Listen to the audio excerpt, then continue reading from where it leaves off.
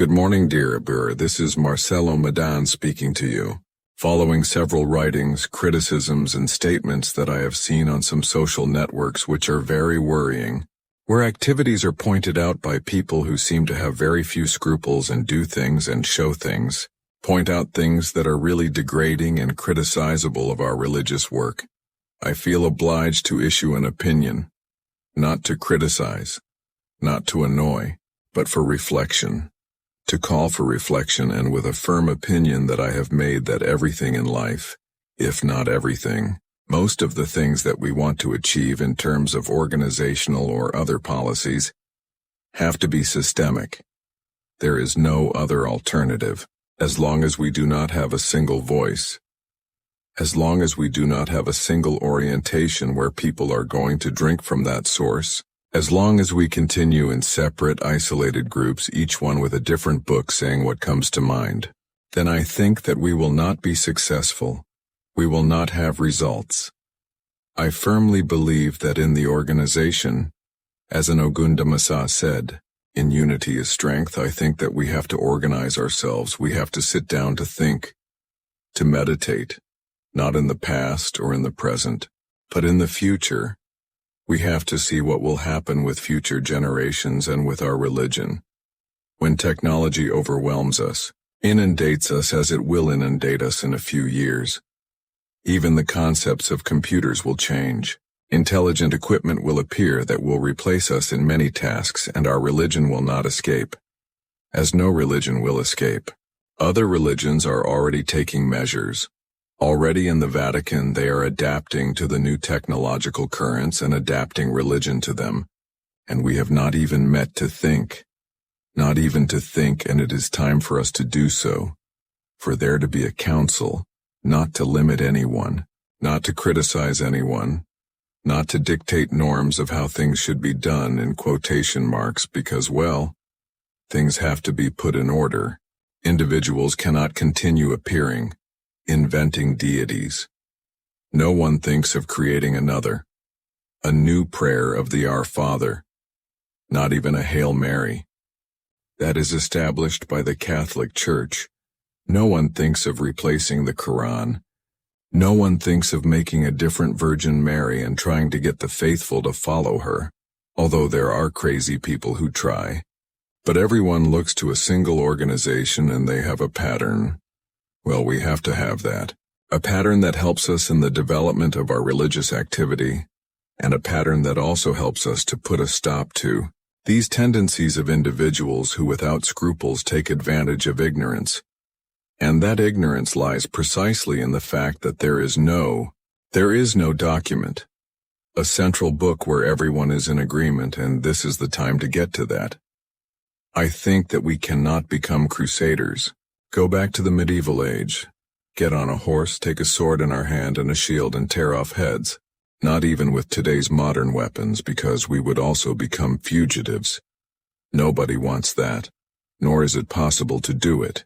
It would be nonsense. We must find a way that allows us to gain respect. There has already been a very significant effort. IFA is already recognized worldwide by the UN and other organizations, and well, those efforts must be continued. In Cuba, efforts have been made when the Yoruba Association was created. Well, those efforts must continue and other efforts must be made. It is still not enough. We must achieve respect for our cultural tradition not only at a regional level but at a global level. Governments around the world must stop seeing us as witches. People must stop seeing us as street corner witches. But that takes work. That takes organization, that takes effort. We must start one day thinking about future generations and what will happen. In a few years, anyone who kills a chicken or a goat will be judged a criminal, because we are destroying the ecology of the planet, the flora and the fauna, not in our religion but together with many economic activities of the globe. We are destroying the ecology of the planet. And there are concerns from important organizations working in this sense, and nations are becoming aware.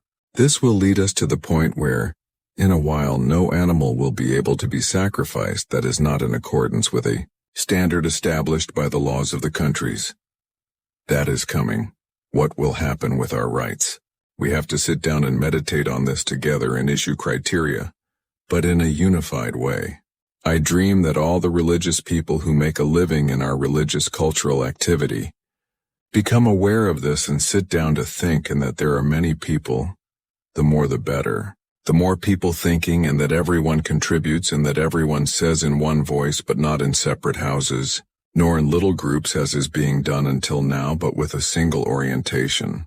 That books are made, where it is issued by that, which I call an organization or something similar. I don't know which one that issues it, that when someone tries to invent something, well, people know that there is a book where you can go to consult. Just as it exists in the Bible, as there are dictionaries to look up words. Well, in that same way, there has to be a book where if you want to know if such a deity exists, you go to that book issued by this council or by this group, to call it in some way. It is written there what the deities are and what the prayers are and what is the Our Father and what is our Hail Mary. Said like that so that people understand me, and that we can have in some way unified religious criteria around a line that up to now does not exist. We have achieved enough, because if we think about how our religion began in the last century and in the field in which it developed, and we see today the intelligent brains and the people who make life in our religion, we see that we have won. But it is not enough. There is still much to do.